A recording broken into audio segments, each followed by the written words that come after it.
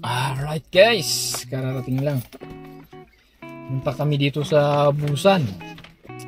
Kinuha lang yung pares ng sapatos na pinadala ko sa Pilipinas.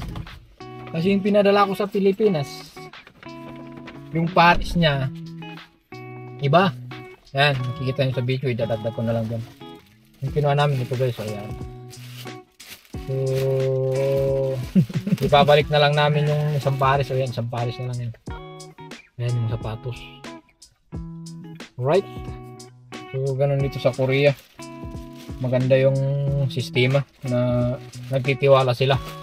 Na ibabalik mo yung isang pares. Hindi kagaya man sa atin na maraming hindi nagtitiwala. So, yung trust, yung paano sila mag-build ng trust dito.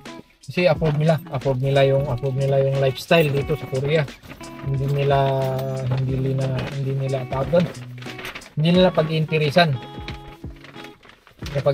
yung mga maliliit na bagay dito. So and guys, uwi na kami from Busan ulit to Daegu. So yun lang kinuha namin, isang pares na yun. So sayang rin kasi hindi magagamit ni Mrs. Alright, thank you guys for watching. See you sa susunod na vlog.